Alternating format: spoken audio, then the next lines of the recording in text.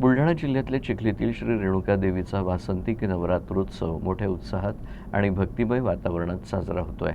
दरम्यान या देवीच्या वाहन मिरवणुकीतील बैलजोड्यांचा डौल पाहण्यासारखा आहे। चिखलीतील श्री रेणुका देवीचा वासंतिक नवरात्रोत्सव चिखलीत मोठ्या उत्साहात आणि भक्तिमय वातावरणात साजरा होतोय। या यात्रोत्सवात वगदी प्रदक्षिणा तसंच देवीच्या भव्य वाहन मिरवणुकीस खास महत्त्व आहे। या मिरवणुकीसाठी पारंपरिक पद्धतीने सजवलेल्या मानाच्या बैलजोड्यांचा वापर होत असतो। या सेवेसाठी काम करणाऱ्या शेतकरी बांधवांचा मानकरी म्हणून गौरव करण्याची परंपराही गेली कित्येक वर्षे जोपासली जाते आहे। या मानाच्या बैलजोड्यांची मिरवणूक शहरातून काढण्यात आली। डीजेवर भक्तिगीतांचा गजर, डफड्यांचा निनाद, शृंगारलेली बैलजोडी आणि भक्तांचा उत्साह अशा वातावरणात ही मिरवणूक अधिकच उठून दिसत होती।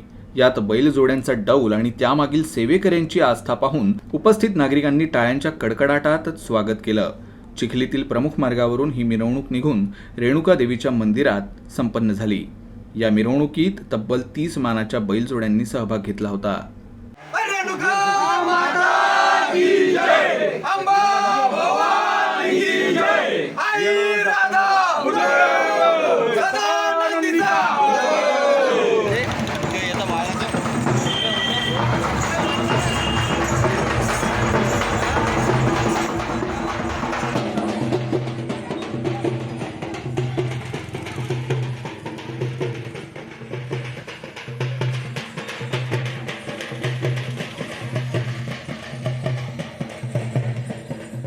रेणुका देवीच्या यात्रेनिमित्त आम्ही सर्व बैलजोडीचे मानकरी, वहन, वगदी याला जी आपली बैलजोड्याची सेवा अर्पण करतात चिखली तालुक्यातून पूर्ण, त्यांच्या वतीनं आज पातळ अर्पण करण्यात आलं होतं।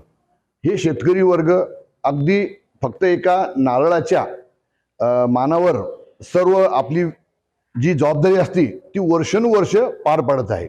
आणि यामध्ये जवळजवळ बैलांच्या किमती आणि बैलांचं पालनपोषण करण्याचा खर्च हा खूप होत आहे। तरी आमचे शेतकरी फक्त रेणुका देवीच्या यात्रेकरिता आम्ही बैल ठेवतो, वर्षभर त्याचा सांभाळ करतो। आणि या यात्रेमध्ये तुम्हाला एक वैशिष्ट्य पाहायला भेटेल, सर्व जातीचे बैल पाहायला भेटतील तुम्हाला। म्हणजे खिल्लार असतील, तुमचे गावरान बैल असतील, तुमचे त्यानंतर देवणी जातीचे असतील, लाल कंधार असतील, सर्व जातीचे चांगले चांगले जोडे तुम्हाला पाहायला भेटतील।